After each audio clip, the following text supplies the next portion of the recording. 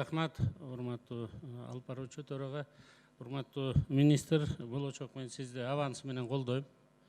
Өзүм Ош университетинде сабак бергем. Менин прогноздорум боюнча жакынкы 10-15 жылда Ош университетинде окуган балдар, кыздар Кыргызстанды жетектегенге толук мүмкүнчүлүк алышат да. Ошончолук профессионалдык астыга умтулган жарандар ошол жакта окуп атышат.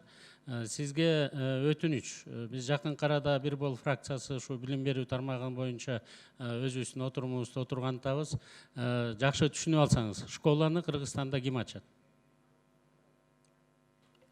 Биринчиси, азыр билбесеңиз айтпай эле коюңуз. Экинчиси, китепти главный редактор болуп өзүңүз бекитишиңиз керек. Иосиф Виссарионович Сталин убакыттап ар бир китепти өзү бекиткен экен да. Сталин убакыт тапса, анан министр катары сиз таппасаңыз, бул өтө жат көрүнүштөр болуп атат да. Ушу мектептерде биз китептерибиз туура эмес басылып калгандары да. Анан эң оболу сизге айтып коеюн, мына Финляндияда 684 саат экен, Алтынай Сейитбековна менен сүйлөшкөнбүз. Бизде 850, 4 класска чейин. 6 классты карасаңыздар, бизде Финляндияда 713 саат, а бизде 1020 саат берилип атат. Биз сааттардын баарын аябай көбөйтүп алганбыз, бирок балдардын билимине бул таасир берген жок. Кайра булардын баары артка кете баштады да. Анан акыркысы ушу мугалимдердин престижин кантип көтөрөбүз. Мен азыр жазылып койдум, өзүм ойлорумду дагы айтам. Ош педагогикалык университети, бияктагы биздин Арабаев атындагы университетинде балдардын стипендиясын 1000-ден 5000 сомго чейин айына кылышыбыз керек.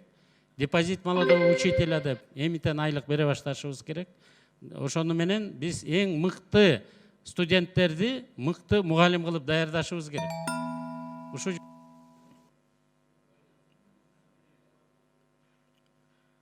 Сунуш болду, жакшы. Сөз депутат Турсунбаев Азизбек Атакозовичте.